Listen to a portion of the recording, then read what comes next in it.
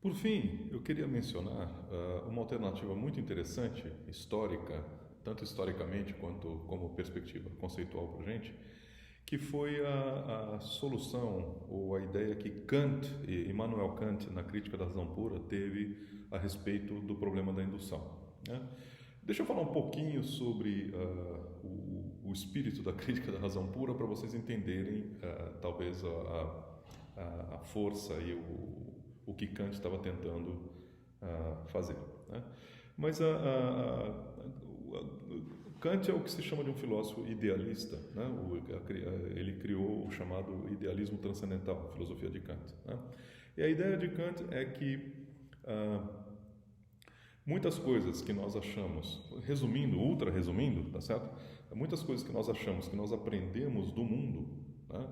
Que as coisas estão no mundo e nós aprendemos, não, na verdade não é assim. Tá? Então não é assim com a matemática, por exemplo. Né? Nós não aprendemos do mundo como são as leis da matemática. Né? Nós não aprendemos do mundo como é a geometria, tá certo? Nós não aprendemos do mundo como é a aritmética. Né?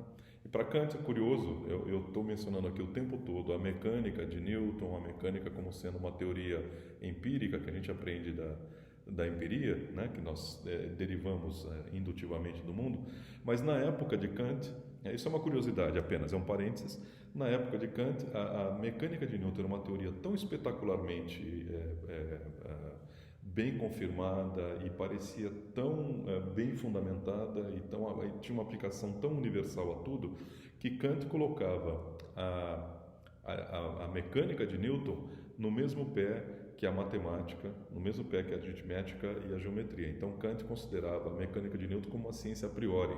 Para ele não era algo que você aprendia com a indução, né? Como hoje a gente considera dessa maneira. Né? Mas Kant considera a mecânica de Newton como uma ciência a priori, né, que você não aprende com a indução. Mas isso é uma curiosidade, depois, claro, Kant estava errado nesse aspecto. Né? Mas para ele, a matemática, a geometria, você não aprende da realidade, você não aprende, não é um mundo que é geométrico e nós vamos lá estudar e descobrir que ele é geométrico, mas a matemática, a geometria a geometria e a aritmética são coisas que o nosso intelecto, são verdades que o nosso intelecto impõe ao mundo. Né? Mas como assim?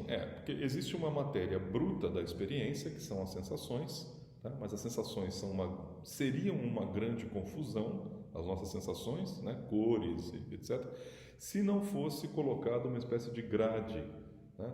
A grade que o nosso intelecto coloca para organizar a experiência, e essa grade dá as formas geométricas para os objetos, né? Para as coisas, para os objetos, para a realidade empírica. Dá as formas geométricas e dá as formas aritméticas também. Tá? Então, o nosso intelecto organiza a realidade em números, organiza a realidade em formas geométricas. Tá? Isso, quer dizer, quando vocês forem ler a Crítica da Razão Pura, é infinitamente mais bem argumentado do que eu estou fazendo parecer aqui, né? É uma tese muito fundamentada. Né? Kant fala sobre a fundamentação, o que ele chama da fundamentação a priori, né? Da aritmética e da geometria, na primeira parte da Crítica da Razão Pura, que é uma seção chamada a estética transcendental. Né? Estética para Kant não significa beleza, né? Estética significa a percepção, né? A estesis do grego, né? Perceber. Né?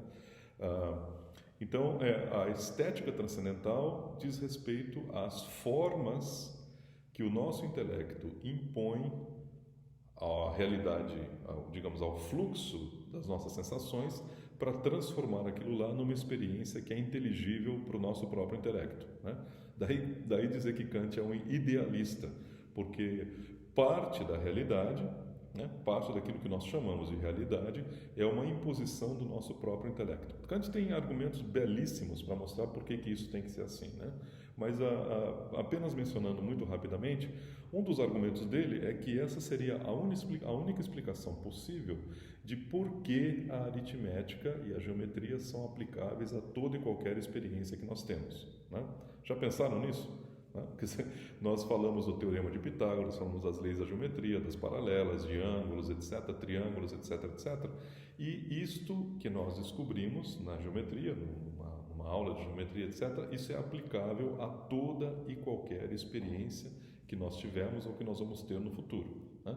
Kant pergunta, como é que pode? Como é que pode a aritmética ter, ao mesmo tempo, são leis necessárias, né, e se aplicam à totalidade da experiência? Como é que pode? Por que isso acontece, né? E a argumentação dele, a explicação disso é que a aritmética não vem do mundo até nós, né, e sim vai de nós para o mundo. É uma imposição do nosso intelecto, né? Não é uma imposição no sentido de eu vou baixar uma lei e vocês vão ter que me obedecer, etc. É simplesmente que o nosso intelecto organiza o fluxo das sensações de uma maneira geométrica e de uma maneira aritmética, né? Aí nós entendemos aquilo lá como sendo experiência. Nós temos condições de transformar aquilo lá no que Kant chama de uma experiência objetiva, né? Bom, isso no que diz respeito à matemática. No que diz respeito à indução, então, portanto, propriamente, né, Kant conhecia Hume, admirava profundamente, não a pessoa, ele conhecia os escritos de Hume, admirava profundamente os escritos de Hume, né? Diz que Hume foi o grande responsável por ele, Kant, ter despertado do chamado sono metafísico, né, da filosofia alemã na época de Kant.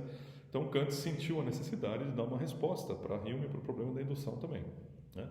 Então, a ideia de Kant é que algo parecido com esse esquema que eu acabei de falar sobre a matemática, que é uma imposição do nosso intelecto ao mundo exterior, existem outros tipos de conceitos que são conceitos também que nós impomos à realidade exterior, né? Nós impomos ao fluxo da nossa experiência, ao fluxo das nossas sensações, nós impomos uma certa ordem, quer dizer, o nosso intelecto impõe uma certa ordem para entender essas sensações como sendo experiência, como sendo uma experiência objetiva, né?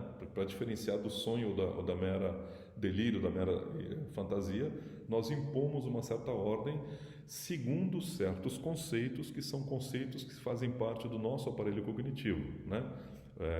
O que Kant chama, o vocabulário dele é muito bonito, né? As categorias do entendimento, né? Então, uma dessas categorias, um desses conceitos que nós impomos à realidade, né, ele não vem da realidade para nós, lembrando, ele vai de nós para a realidade, né? Olha aí, realidade, organize-se segundo esses conceitos aqui, segundo esses parâmetros. Aí eu vou conseguir entender você, tá? Um desses conceitos é o conceito de causa e efeito, causalidade, né? Quer dizer, a causalidade para Kant, né, não é algo que está ali no mundo, não é algo que os eventos têm na sua materialidade bruta, eles não carregam a noção de causa, de efeito e de consequência, né? Um evento não é naturalmente uma causa e o outro é consequência, mas nós impomos aos eventos, evento do tipo A e evento do tipo B, uma estrutura de causa e efeito, tá? Então nós enxergamos ali de maneira a priori uma estrutura de causa e efeito. Para Kant, assim como para Hume, né? Como eu disse, Kant era muito influenciado por Hume. Para Kant, assim como para Hume, o problema da causalidade, a noção de causa e efeito, ela é muito próxima da noção da indução, né? De como, baseado na ocorrência de um evento A e na ocorrência de um evento B, a gente enxerga uma regularidade, que eventos do tipo A são seguidos regularmente por eventos do tipo B. Isso é muito, essa questão que hoje nós separamos, eu falei alguns vídeos atrás, nós separamos a noção de causa e efeito da noção da inferência indutiva, mas para Kant, assim como para Hume, as duas coisas estavam meio emboladas, elas são questões muito próximas. Então, para Kant, né, a ideia da indução, tá certo? Assim como a ideia de causa e efeito, é uma imposição do nosso intelecto ao fluxo da experiência, né, ao fluxo das nossas sensações, né? Nós olhamos, né, para eventos como estando interconectados de maneira regular, né? Algumas vezes a gente erra, evidentemente, porque a gente projeta a conexão de maneira incorreta, né? Nós olhamos para um evento e já enxergamos ali uma conexão, olhamos para dois eventos e enxergamos uma certa conexão. Algumas vezes a gente projeta E vamos descobrir mais adiante que aquela conexão estava errada e a conexão correta é uma outra conexão. Mas a gente nunca deixa os eventos sem algum tipo de conexão, né? Porque, novamente, não é algo que vem do mundo para nós, é algo que vai de nós para o mundo, né? Então, é uma imposição também do intelecto humano, assim como a geometria, assim como a aritmética, é uma imposição do intelecto humano ao fluxo da experiência. Kant é um idealista, é isso que se chama de um idealismo transcendental, quer dizer que certas leis, né, têm que ser entendidas como uma imposição do intelecto humano ao fluxo da experiência, para que aquilo lá possa ter uma forma inteligível para nós.